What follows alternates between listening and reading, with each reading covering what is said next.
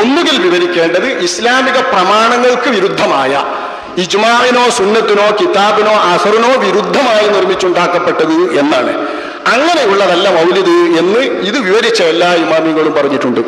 അല്ലെങ്കിൽ ബിദ്അത്തിന്റെ അർത്ഥം നബിയുടെ കാലത്തില്ലാത്തത് എന്നാ. സ്വഹാബത്തിന്റെ കാലത്തുണ്ടായാലും ഇല്ലെങ്കിലും ശരി, ആയിഷാ ബീവിന്റെ കാലത്തുണ്ടായാലും ഇല്ലെങ്കിലും ശരി, മദ്ഹബിന്റെ ഇമാമുകളുടെ കാലത്തുണ്ടായാലും ഇല്ലെങ്കിലും ശരി, ഖിയാമത്ത് നാൾ വരെ ഉണ്ടാകുന്ന മുഴുവൻ കാര്യങ്ങളും നബിയുടെ കാലത്തില്ലയോ അതൊക്കെ ബിദ്അത്താണ് എന്നാ പിന്നെ ഒരു നിർവചനം.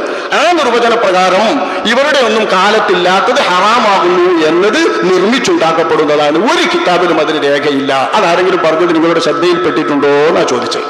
അൽ ഹാവി എന്ന ഗ്രന്ഥത്തിൽ ഇമാം സഖാവി പറയുന്നതായിട്ട് കാണുന്നുണ്ട്. അതാണ് സുഹൃത്തെ ഞാൻ പറഞ്ഞത്, നിങ്ങൾ ആരോ തെറ്റിദ്ധരിപ്പിച്ചിട്ടുണ്ട്. ഹാവി കാണിച്ച രണ്ടും നിങ്ങളെ വളരെ തെറ്റിദ്ധരിപ്പിച്ചിട്ടുണ്ട് എന്ന് പറഞ്ഞാൽ അതാണ് രണ്ടാം ഭാഗം.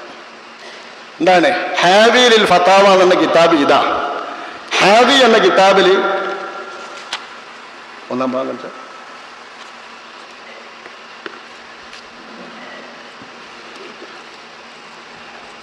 ഹാവി എന്ന കിതാബിൽ മഹാനായ ഇമാം സുയൂത്തി റളിയല്ലാഹു അൻഹു തങ്ങൾ അവർകൾ ഹുസ്നുൽ മഖ്സിദ് ഫി അമലിൽ മൗലിദ് എന്ന തന്റെ ലഘു കിതാബിനെ ഉദ്ധരിക്കുകയാണ് ചെയ്തത്.